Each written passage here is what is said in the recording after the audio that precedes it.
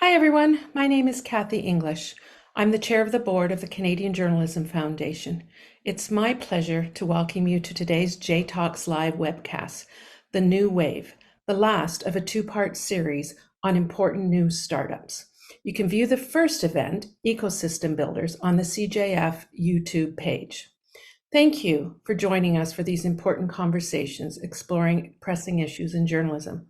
We are so grateful for the generosity of our exclusive J-Talk series sponsor, TD Bank Group, for making these conversations possible. Thank you also to our in-kind supporters, CPAC and Cision.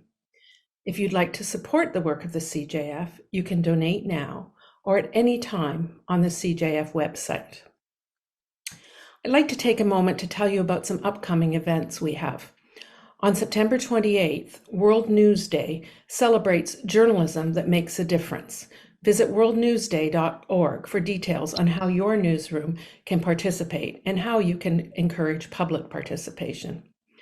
On October 4th, join us at the Toronto Reference Library for Hockey Blight in Canada, an inside look at scandals in our national sport presented by the top reporters who broke these stories.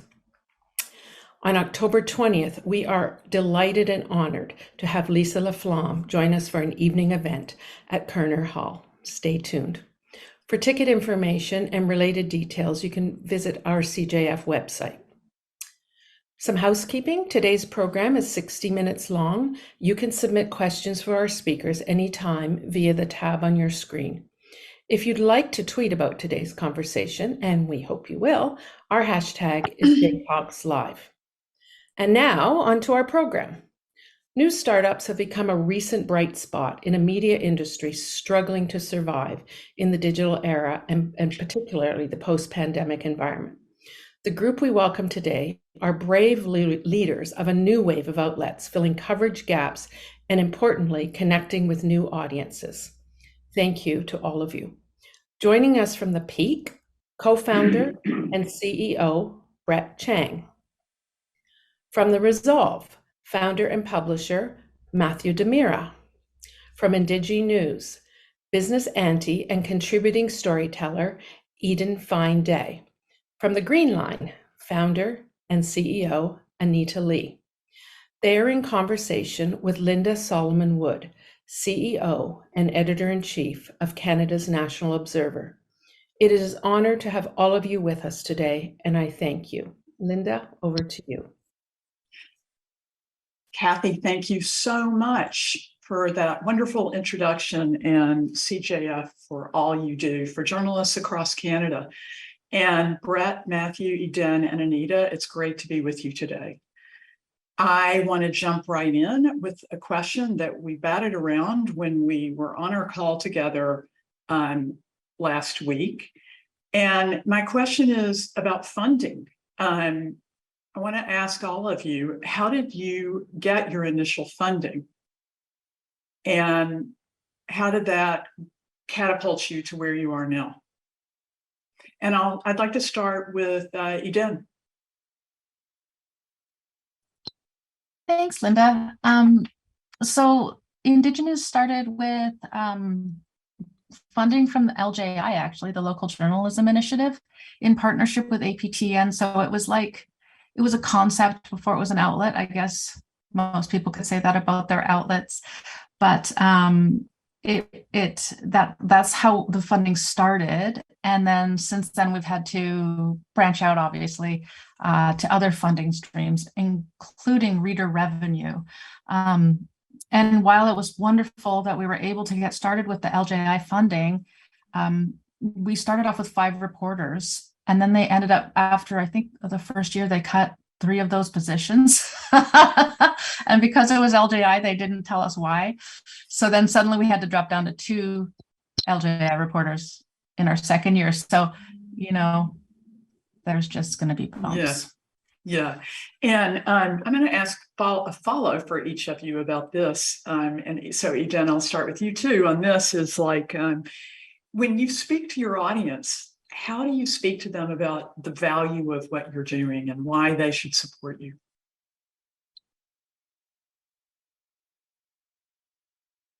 Did you want me to answer that again? Yeah. Sorry, Just how do I speak to the value of what? When you speak to your audience about your value, which I know, we're doing as publishers and business people all the time in journalism, how would you, like in a sentence, capsulize what that value is for readers? Are you speaking like how does one sell oneself in general, or like how did it? Kind of. Yeah, actually, thank you. Yeah. No, how does IndigiNews? How do you do it? How do you do it? Well, I feel like a little bit lucky in that sense, in that we're such a niche outlet. We've got a niche audience. It's all of our subject matter is niche, right? Like we write about and for and from Indigenous communities. So it's so unique that I feel like for me, it's made fundraising pretty easy because I know exactly who our audience is. I know exactly who I am. And there's a cultural link between who I am and who we are at IndigiNews and what we're trying to bring to the world. So I feel kind of lucky in that sense that I have something so solid to rely on, which is actually just like literally my culture. And that's what I propose to funders and to audience, to readers, that we're offering them. And that's what we're asking support for. And so it feels so worthy for me. Like I value it so highly that it's actually pretty easy for me to try to sell that. Thank you so much, Eden. And Matthew, how would you answer that question? Tell us a little bit about how you got off the ground and your initial funding, and how you sell yourself to your subscribers and audience. And sure. I think we're still getting off the ground. So it's an ongoing question in terms of funding, and it's an equation that we're still really trying to figure out, I think, because there are some really successful independent media outlets who've made really clear paths. But in our case, for The Resolve, we're focused on Black, Indigenous, and racialized communities. And so like a really big push I've seen has been reader-supported, community-supported, funded models. And while we're really interested in that model, a lot of the communities we're supporting may not have the same level of disposable income to support journalism. And in many cases, often there isn't the same sort of level of trust with media. So I think in terms of getting people to understand the value of journalism and to trust it, I think it's sometimes a longer path than perhaps a traditional business model would suggest. So we are really interested in building that support from reader funding. And we started our first campaign in the spring, and we had some really great results from that. But I think it's going to be a longer path for us. So we're still looking at other revenue sources that can help build us out until we get to that place where reader revenue can be a significant piece. So we looked at grants. We did a lot of sort of individual call outs to people across the country. A lot of our initial plan was reaching out to community leaders, community organizations, specifically from Black, Indigenous, and racialized communities. And so as part of that reach out, we often did find people who were interested in supporting our initial vision. So we got a little bit of funding here and there, sort of a community effort in that sort of, putting all of your resources together kind of way. And we're also interested in foundation funding. But again, my sort of experience has been that foundation funding takes time, and it takes building relationships. And so if you're not already connected into those places, I think one thing that a lot of us startup funders have found is that it's not as easy perhaps as some of the stories make about people who are like, well, we had a concept, we raised $400,000 in our first year, and we started from there.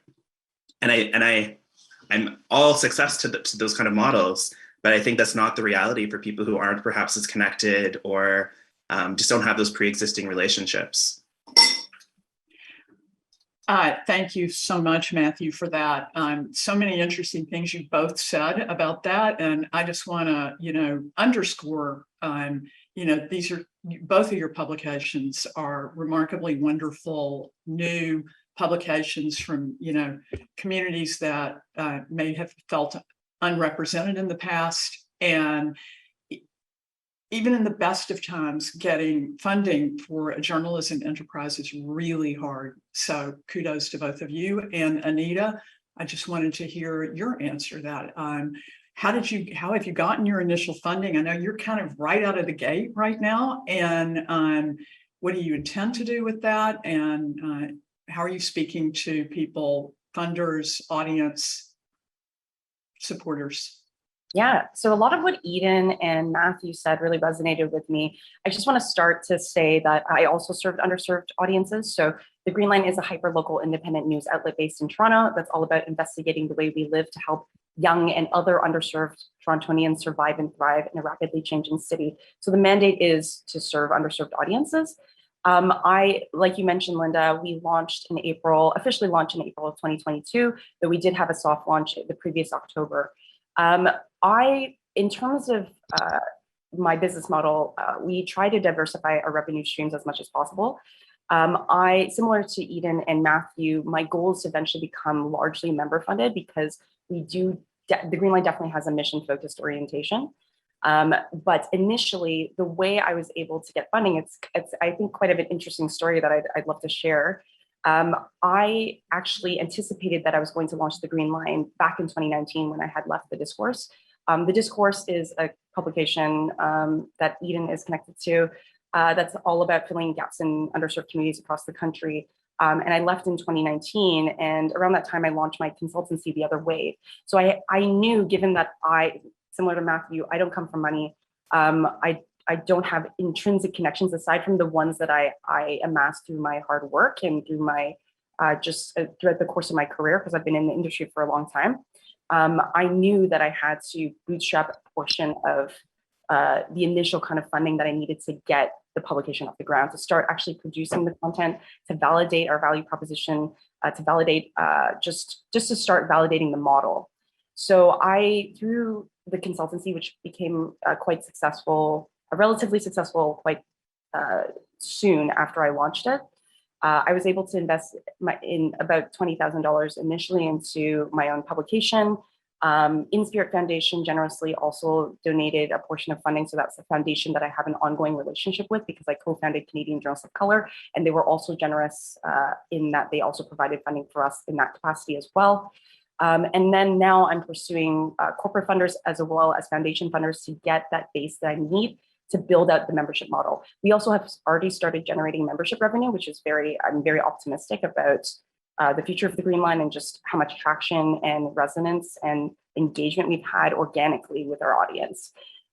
So in terms of how I speak to the audience, it's very clear, we're clearly filling gaps in coverage. So Toronto has a lot of news donuts, which are not quite, for those of you who are familiar with news deserts, they're effectively places that are underserved by existing media. And I'm sure many of you know that especially local news outlets have shuttered their doors across the country in the last 10 years. So Scarborough, my hometown, which is a suburb of Toronto, is a news donut. There's tons of those across the city, even though Toronto is the most well-served and highly saturated media market. There's a lot of folks who are underserved. So that's my mandate. And also young folks in this country are underserved. People think young people get a lot of news coverage, but in fact, a lot of the news coverage, a lot of my friends consume actually American coverage of issues. So I really wanted something that really spoke to young and underserved Torontonians in a way that just felt authentic, that they knew that, the folks who worked at our publication come from the same places that they do and understand their needs and know how to serve them through the journalism. Thank you, Anita. First, I just want to say, I guess with Toronto now closing down, you really have a big opportunity, it seems. And second, I want to say again, how impressed I am by all of you. Thank you. Because you've launched right in to, very difficult environment and with, some really strong plans and, good thinking. And it's just really so great to see and hear. So Brett, I've saved you for last because it seems that the peak is kind of a different model. Do you want to tell us about that and how you got your initial funding and how you sell yourself to your audience? Not sure, yourself, yeah. But the peak. Yeah, we started the peak about 2 years ago. And when we started it, we had the intention of being a for-profit corporation. And so that was kind of the start for us. And when we start businesses, you kind of lay out a bunch of different assumptions you make about whether this can be a viable business. And slowly but surely we went through those. So it was things like, can we write a product that people really like, that it's content that there's a need for in the market? Can we grow our audience sustainably and efficiently? And can we sell high value advertising units? We did that for a few months. We invested a couple grand of our savings. And then we realized that we really had something here that could be a business. And for us, really, that getting to profitability as quickly as possible, we thought was key to creating an enduring media brand in this country, one that can stick around for a really long time, no matter what some foundation or what a minister of culture thinks. And so we really thought that we had to build a business here. And once we felt confident in the product and the business, and we had validated those assumptions, we then went to market to raise. We originally planned to raise 350,000. We ended up raising 400,000. That came in from a variety of investors. The Logic and David Scott were huge early backers of us. TechTO and a number of different business leaders in Canada who we approached with this idea of creating the report on business, the financial post for the next generation. They really bought into that, and they saw the opportunity, not just in terms of the product and the growth of the product, but more importantly, a return for them. And that's really how we geared it. I come from a business background, and that's how we positioned it from the start. We raised that money. We didn't actually need that money. We realized that we could get to profitability much quicker than we thought. And so we became profitable about 6 months in. And then from there, we just heavily invested into growth. And then I think we're likely going to do about 7 figures of revenue this year. And, we really think that we've got an interesting model here that will stick around for a long time and services a unique audience. It's very different than what everyone else does here, but that's kind of been our experience. And like I said, there's a bunch of different, my background, my network. I agree with everyone else on the call. We were just in a unique position where we were able to do that and do it fairly quickly.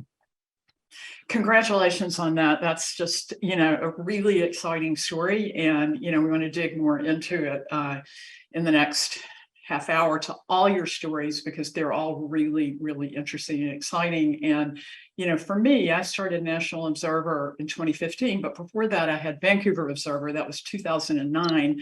And I launched in really as a journalist that wanted to have a platform for great journalism and no idea about a business model. And so I've kind of discovered it over many years along the way. And I'm, again, so impressed by all of you that have done your thinking up front, or even, Matthew, I get it that it's more of a puzzle to be solved. I feel like I can relate to that a lot.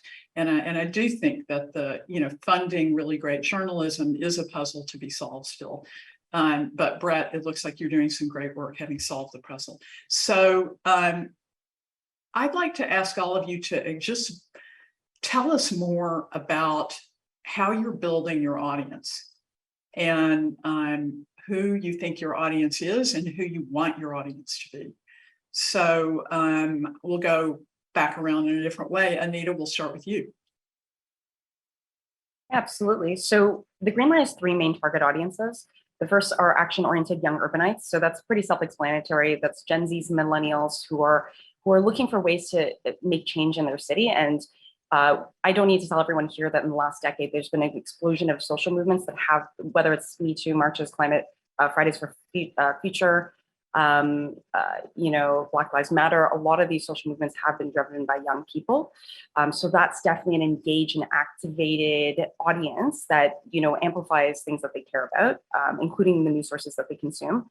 The second underserved audience, a second audience that we serve, are underrepresented Torontonians.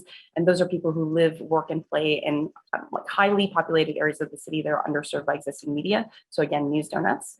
And then third are culture vultures. And this is our non-local audience, which is effectively folks, because Toronto has increased in soft power so much, there's a lot of people around the world who are just interested in some of the cultural news that we produce. And as somebody who was a news director in New York City, I saw kind of the rise of Toronto and people's consciousness around the world. So that's another audience. It's not just a localized audience. I definitely have an eye towards a broader audience as well, but still focused on hyperlocal news. In terms of how we've been attracting audience, so far it's been organic promotions entirely, and we found quite a bit of success with that. I put a huge premium on developing positive relationships with grassroots organizations who are already in touch with the audience members that we're seeking to serve. So for example, we're partners with BCG East Scarborough. formerly known as Boys and Girls Club of East Scarborough. They are they're a charity that has a long-standing positive reputation in the community. People trust them.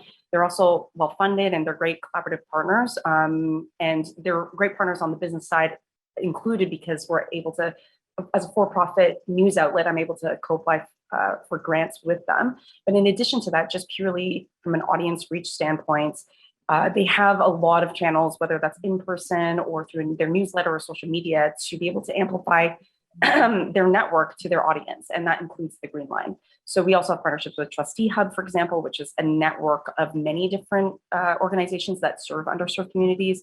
So that's one way we've been able to get organic traction with our audience. In addition to that, we've done promotions on Google search and also social media as well, but that's pretty standard. I do think the partnership approach is probably the strongest one, because with the nature of the kind of audiences that I serve, there's a degree of, and Matthew referred to this, there's a degree of a lack of trust with the establishment or existing media, for good reason, because these are communities that largely have been, stereotyped or overlooked in some capacity. And as a result, getting buy-in is the first point of entry and the first kind of touch point with the audiences. And then you start to build those relationships over time. Thank you, Anita. And Eden, how about you? Tell us how you're building your audience. It's interesting because we actually just did a little audience survey, and we found out that of our audience, at least of the survey respondents, 75% of them are non-Indigenous and 25% were Indigenous. And I think we all sort of took that as a blow.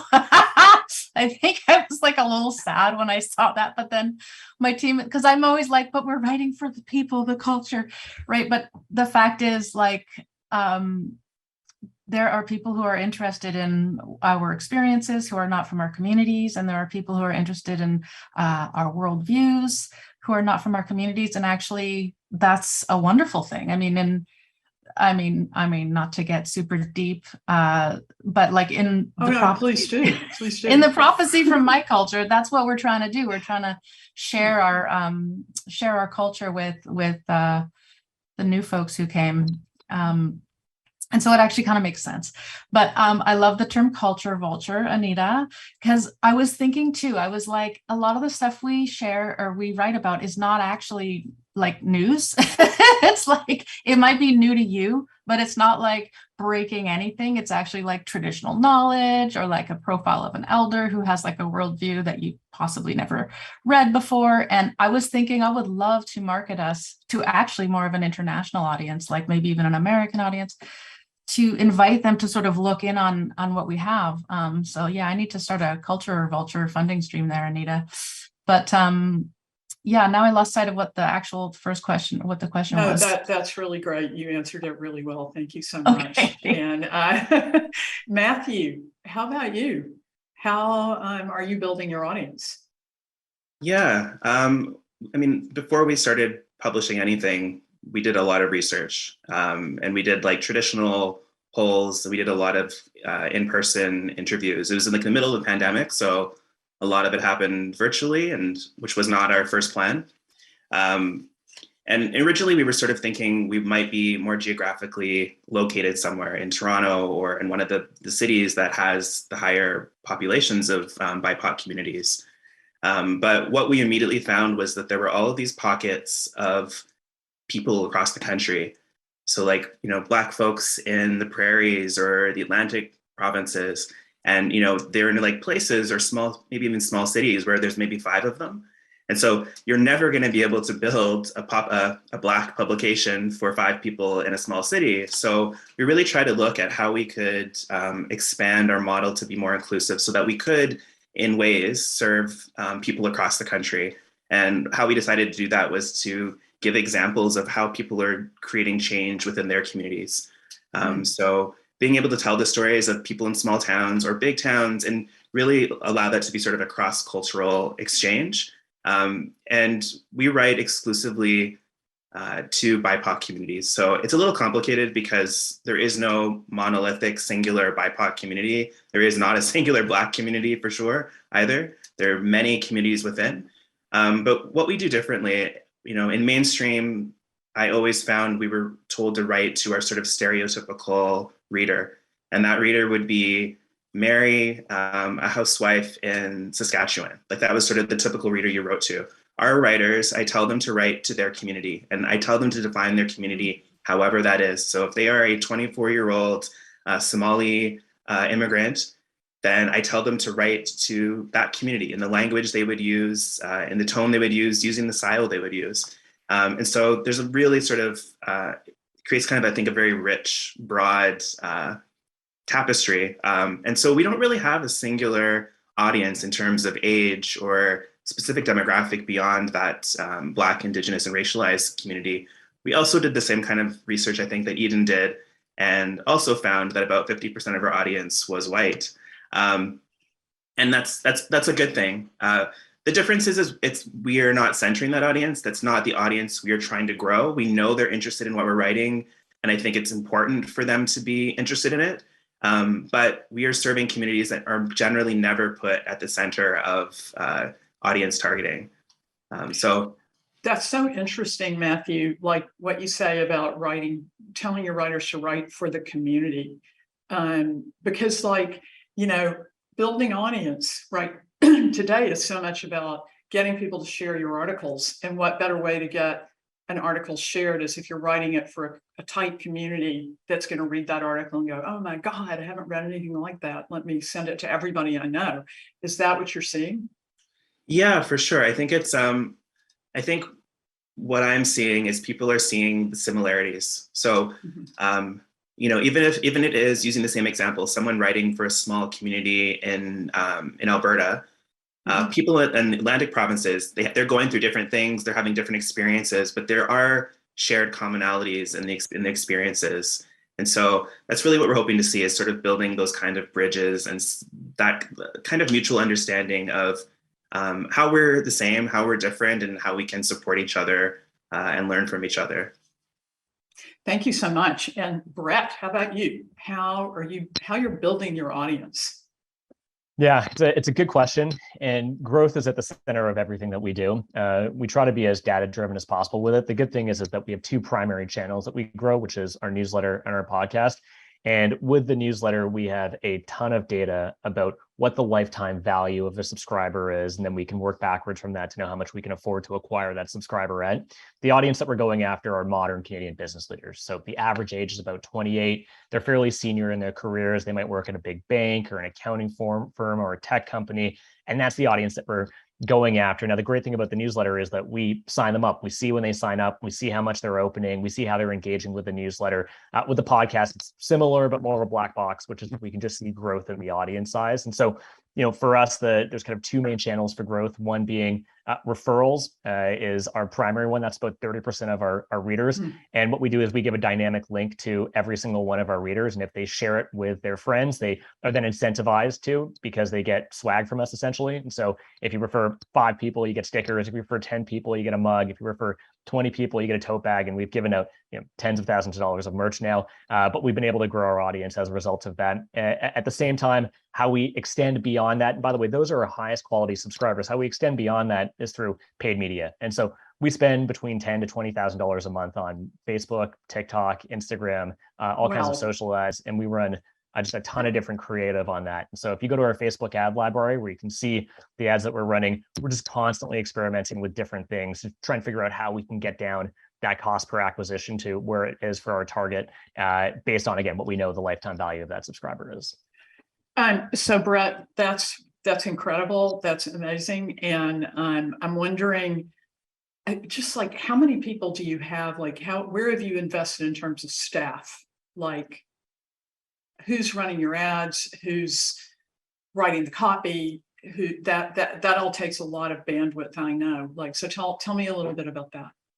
We try to stay as lean as we can, and really the core for us is coming up with sustainable process where, you know, we can do something over and over again, consistently put out really high quality product. That obviously starts with our editorial product. And so we've got our editor, Sarah Bartnika, and our writer, Quinn Henderson. They do an incredible job on the newsletter every single day. And they've got just an awesome process on how to produce that and how to produce that really high quality product that our readers love. On the growth side, we have Kim on our growth team, and she's focused exclusively on how do we create enough content on the growth side and how do we invest in that, and where do we invest in that, and what channels, and what are other brands doing? I think that's something that's really important, which is every single week, Kim and our growth team, they go and they look at every single one of the American brands that we think are analogous to us, and they look at what are they running, what's working for them, and then we try to replicate that in the Canadian context.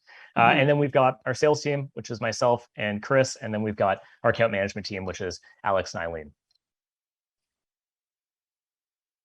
Well, I want to tell you guys that, and everybody listening, that as part of my research for this panel, I have been looking at all of these sites, Brett's newsletter, Matthew, Eden, and Anita's sites, and they're all fantastic. And you should go and you should subscribe and sign up for their newsletters. And I have another question now, which is, before we get to audience questions, which are going to come up pretty quickly. So I wanted to ask all of you, this business is not for everybody. It takes a lot of passion and persistence and grit to succeed in this business. So I'm curious about what motivated each one of you to launch your own publications. So I would like to start with Matthew on that, and we'll move from there. It was a long journey. I started off working in more mainstream newsrooms. I did broadcast local television news for a while. And then I decided that wasn't for me. And I moved into more independent alternative media. I worked at Rabble, I worked at Extra. And what I really found there was something I loved, which was that community-focused model. It was really specifically about the needs of a political community, or a gender identity community, or sexuality community.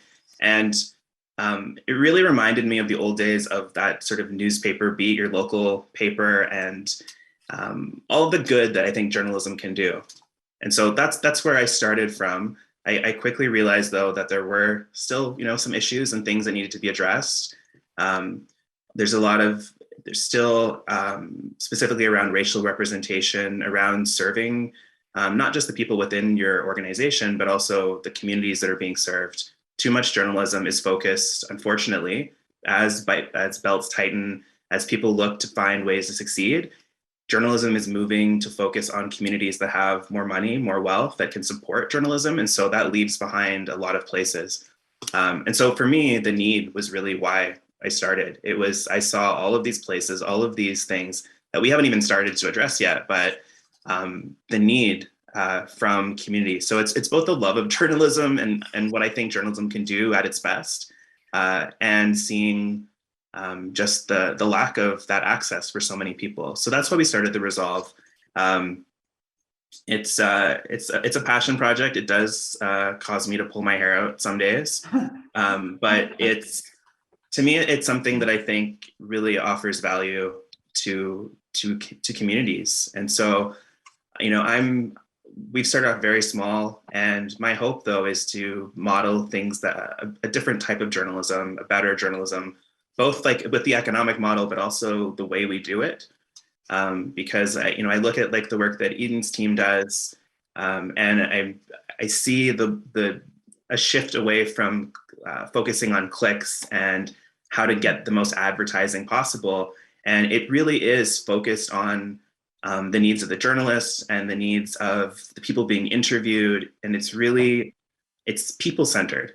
And I feel like that to me is really core to what I hope to do, and what I try to do is journalism that doesn't do harm. I think so often the journalism that people are doing is so caught up in that pursuit of a higher truth, which I think is really important, but it leaves behind bodies in some cases. It leaves behind trauma and harm.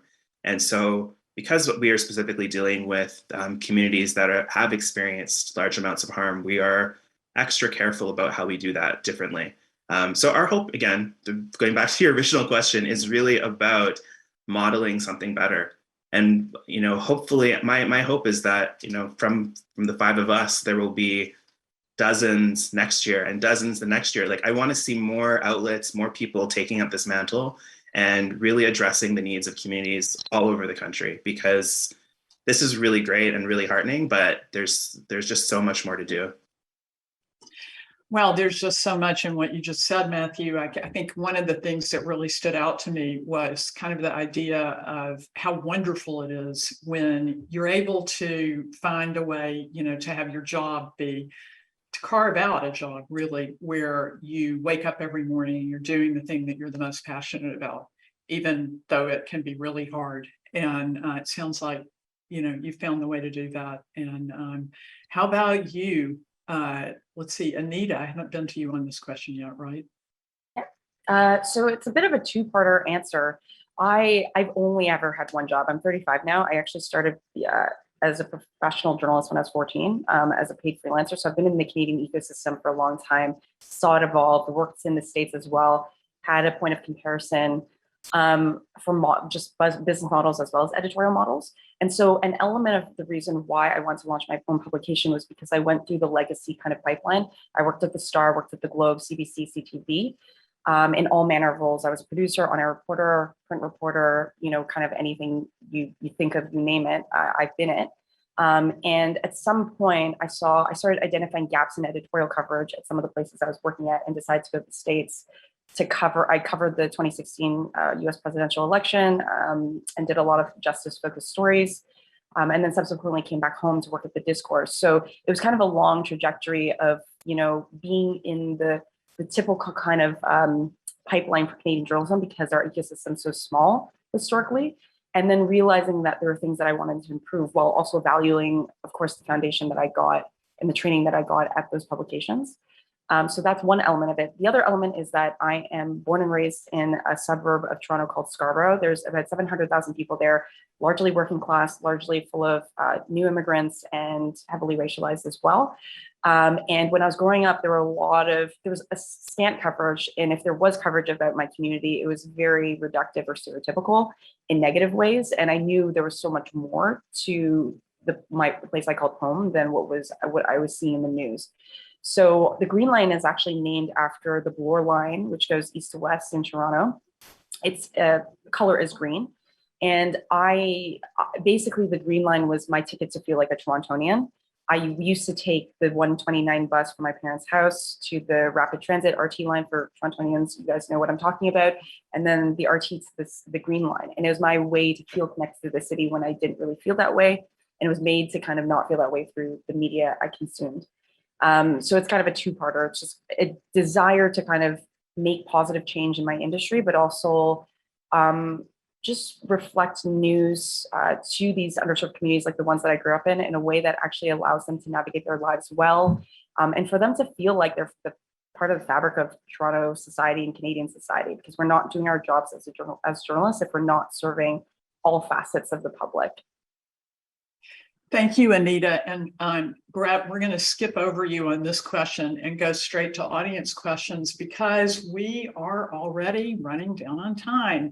So I wanted to get to a couple of really great, there's so many great audience questions, but this one seems a good follow, and I'll throw it right at you, Brett. Were you ever nervous to start building something new from scratch?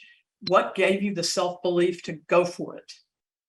Yeah, good question. I'm a serial entrepreneur. And so I've done this many times now, and I failed all of them except for this time. And so the courage came from unemployment. I had to do something. And it was the start of COVID. I was sitting there inside, locked up.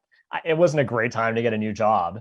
And so the fear, all the kind of doubts that I had over, what if this didn't work? I really didn't have a lot of options available to me. And so, we kind of took this up and we thought, let's give it a go. We've tried many things before, and I'm very fortunate that this worked. But I was lucky in that this is not my first rodeo on entrepreneurship, and it was right time, right place. And so we just kind of jumped in. But when I first, if we go back to my first entrepreneurial endeavor, which was too long ago, maybe a decade ago, it was scary. I get it. It was terrifying. And really at the time, the only thing I could tell myself, I was just out of school, is that, worst case scenario, if I fail at this, I'll have a great story, and that other people in business will respect the fact that I tried. And that has been true at every single point in my career, which is that every time I've tried to do something, by the way, like that was a legal bus service that I ran. But what happened is I got shut down,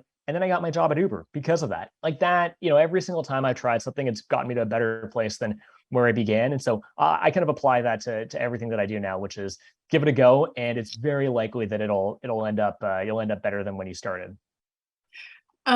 Okay, and I know this about you, Brett, but other people may not. Why don't you tell us a little bit about your job at Uber? And then if you could follow with, Tamid had also asked, what gave you the self-belief to go for it? Oh, I was just a lobbyist. Yeah, I was a lobbyist at Uber from 2015 to 2018. I was marketing first, and they call it policy, but I was effectively a lobbyist. Yeah, it was a great experience. I got to have a front seat at a very disruptive event, and it was fascinating to see. And I got to play a role in it, and I got to see this company explode in front of me. And I was one of the first employees in the Toronto office, and so that was crazy. But most importantly, and I think this is something that's underrated, is I learned so much about how to run a business, how to create an operationally efficient organization, how to stay focused on what matters and to drive things to completion. And it was the best education I could have ever asked for. I'm really happy I didn't do what I thought I was going to do then, which is my MBA, and I did that instead. And I think that having exposure to other industries and seeing how they operate and how they function, you learn so much that you can apply to anything, including media. It's not, business is not a silo. It's, there's kind of various different ways to look at it. And so it was a great experience for me. And yeah, that was my experience. Thank you. Thank you so much. And it sounds like it was incredible experience and training to do what you're doing now. And I want to turn to a question from Shauna, who asks, how do you combat the isolation that comes with being independent? And Matthew, I thought you could take that one. Sure. I mean, that it's a good it's a good question. It's a hard question. Especially during those the first 2 years of COVID, it was exclusively meeting with people all the time, but always remotely, not really having that human connection. And so I think what I'm going to suggest just to anyone doing this is to build your networks and have people to relate to and connect with, because building a new outlet, it's time consuming. It takes a lot of energy and a lot of time. And it's not, there aren't necessarily a lot of people doing it as well. So it's been really helpful for me to be working with other publishers who are doing similar things. Some of them are in Canada, some of them in the US, to have them to use them for advice and to offer advice back to them for that sort of mutual support, but also just for that social element sometimes, because you might spend your evenings editing, and then you're doing audience engagement, you're doing all sorts of things, especially when you're small and you're doing wearing multiple hats. And now that COVID's over, or I shouldn't say it's over, but now that COVID is into its new phase, I'm really emphasizing in-person connections as much as possible. And for us, that means doing more in-person audience engagement work.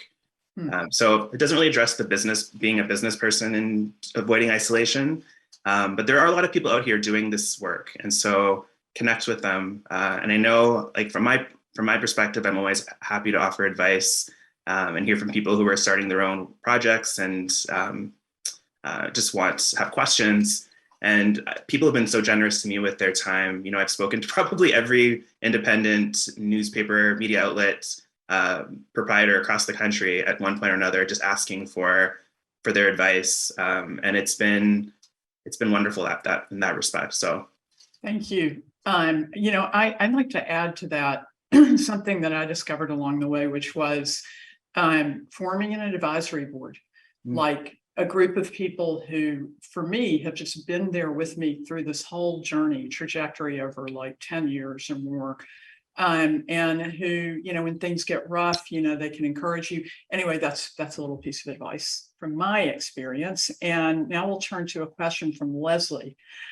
What are your worries and hopes for the future of journalism? That is such a great question. And I'm going to pitch it at Eden. I feel like maybe I don't even know if I'm qualified to answer that question, because I don't know if I'm even like I really qualify as a journalist. Okay.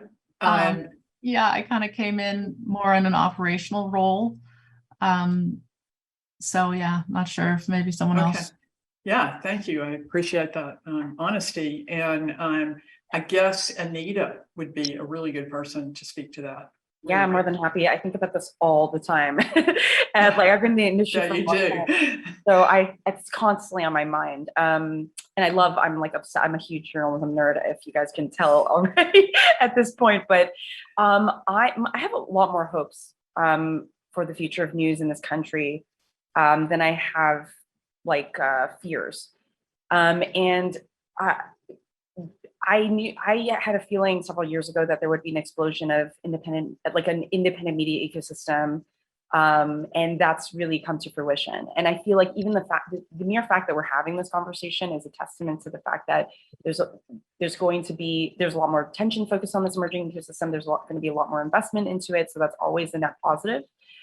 So yeah, I'm the most optimistic by the fact that there are a lot of really cool and innovative media outlets beyond the four of us here that are filling gaps in coverage across the country. And that's only positive for the industry and positive for our democracy ultimately, which is something that's of huge concern to me, given the fact that we're seeing like failed democracies around the world everywhere. And Canada still remains one of the more stable countries in the world. So media plays a huge role in that. Around my fears and concerns, I think my biggest one, I wouldn't say fear, but like one thing that I think we should be vigilant about is to ensure that we do invest in this emerging media ecosystem and continue to do so. Canada doesn't really have a strong foundation or investment ecosystem, especially compared to our neighbors south of the border. And so I think it's really incumbent on major institutions like the government to be able to just inject more funding specifically for the outlets like ours here. Because there's going to be a lot more of them, and we do need that initial kind of support. And everybody here has recognized how hard it is to really just get started, start a company, but especially a media company, right? So yeah, more support, more investment is needed. Thank you so much, Anita. And we have a fantastic question from Jeff, who says, the Peak is a different model than the other panelists' publications. I'm wondering if Brett has any learnings from the Peak that he thinks could apply to nonprofit outlets or small outlets just starting out. Well, that's a Brett? good question, Jeff. Yeah, I'd say, it's a different model. I think that's the most important place to start, which is, we go after a really high value audience and we try to create really high performing ad units for them. That's the business effectively. The one thing I'd say, and this is probably the only suggestion I would ever give because I just don't know that business well enough, is that there is a ton of corporate money that's available if you create the products. And again, I don't think this is compatible with every single outlet, but there is a ton of ESG money in particular that I look at and I see being available to publishers who can tell their stories to these audiences that they want to get in front of. So, if you want to go down that road, which I fully I agree is not for everyone. If you want to go down that road, you can do what we're doing with a small audience, but a small niche targeted audience that aligns with their objectives. And you shouldn't immediately discount that. I think that that's a really big opportunity. There's millions and millions of dollars available there for people who can create those products for those corporations. And I think that's a really neat way to monetize your business and your audience in a way, by the way, that stays true to who you are. I don't think we have a strict firewall between our advertising team and our editorial team. I think that should be true for every outlet, but I do think that's a real opportunity and one that is worth considering. Okay, thank you so much, Brett. So I have one last question, and because of time, I'm going to ask you all to keep your comments short about it, and I would like to hear from all of you about it. Do you have a secret weapon that you want to share with other journalists, or a secret formula? What's the secret sauce? Eden? Yeah, for us, at IndigiNews, I would really say it's like just like supporting each other and like loving each other. It's such a strange thing to say. Here we are in like a business and we're trying to like do important things. But I think what we realized is like, if we're not there for each other as a team, then we can't succeed as an organization. And so for us, what we would call kinship protocols, or what other people might call HR policy, we are just incredibly generous with time off and with just fostering relationships within the team. Beautiful. Anita? I'm glad I'm going after Eden. I love that answer so much. Totally, that so resonates with me. I would actually take that one step further for my superpower, which is, it's been alluded that entrepreneurship can be a lonely road, which I completely agree with. So I would say, make sure that you have a really strong personal support network. Like my husband's my biggest supporter, fan, champion. My friends are extremely supportive of what I do. I also I'm part of a local media, indie media collective as well. That's been really supportive and we meet with each other on a monthly basis, or try to. So just, it can be like a tough journey and you might get naysayers. So I think, like you said, Linda, just having that kind of grit and resilience and belief in yourself and your mission really will take you across the finish line. And that really helps when you have like a bunch of people cheerleading you on. Thank you so much, Anita. And how about you, Matthew?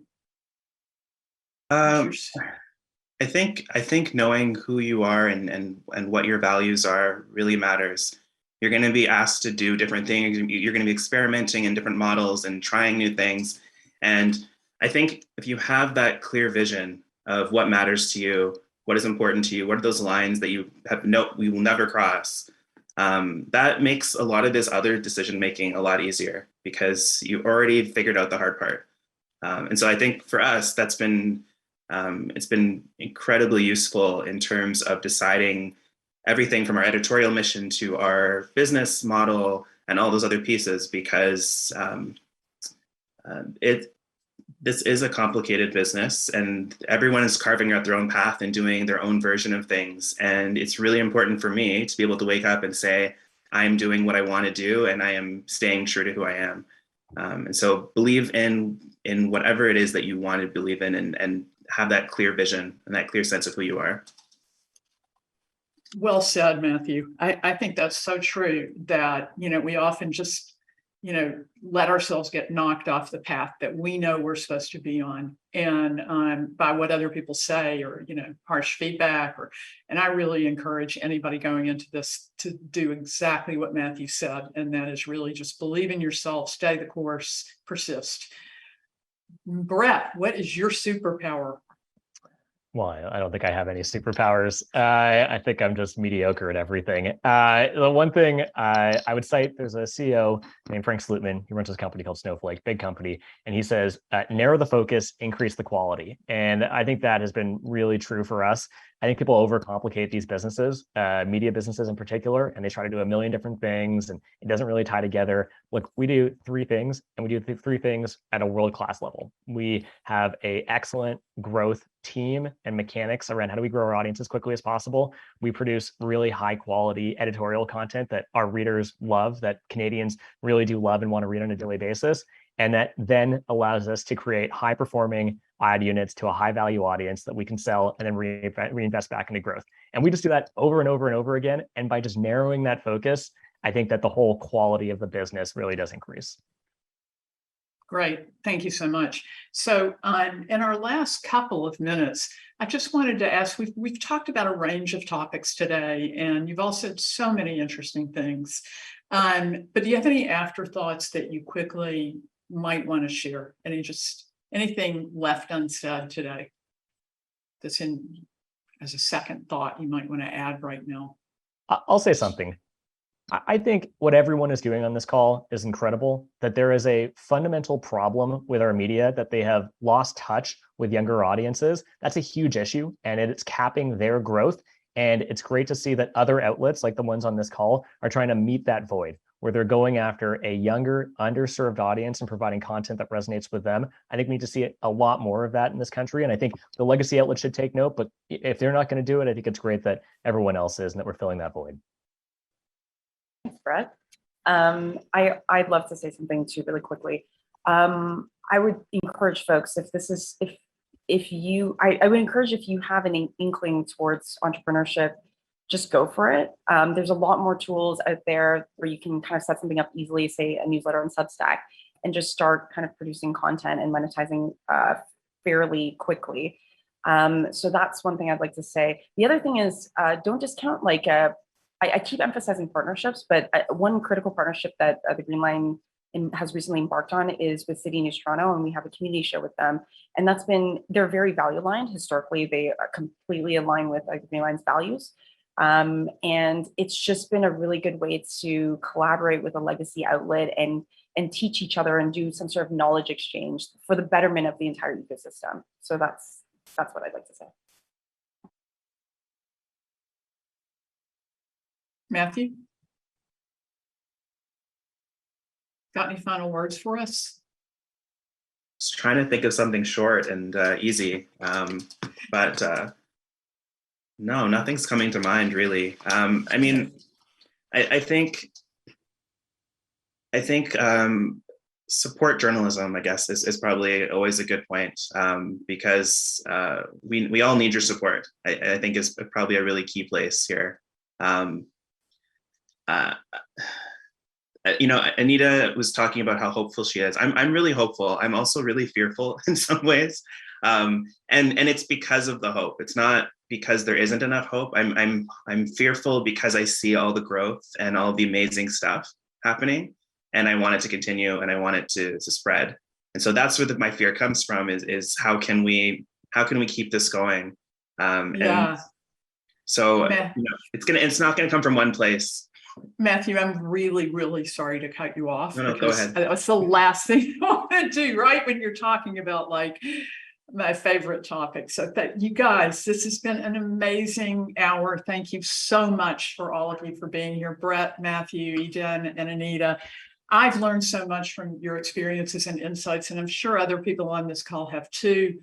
Thanks to everyone for joining us, and to those of you who submitted questions, a special thank you. It's so great to see people engaging on these topics. A reminder that you can find videos and podcasts of past talks on the CJF site. And to stay up to date on CJF events, sign up for the newsletter or follow the Canadian Journalism Foundation on social media. And one more time, I will just say myself, thank you to the Canadian Journalism Foundation for all you do for journalism across Canada. It has meant so much to Canada's National Observer, and I'm sure I'm speaking for many news outlets by saying the work you do is just, you know, helps democracy stay strong. And thank you all of you for watching again. Have a great day.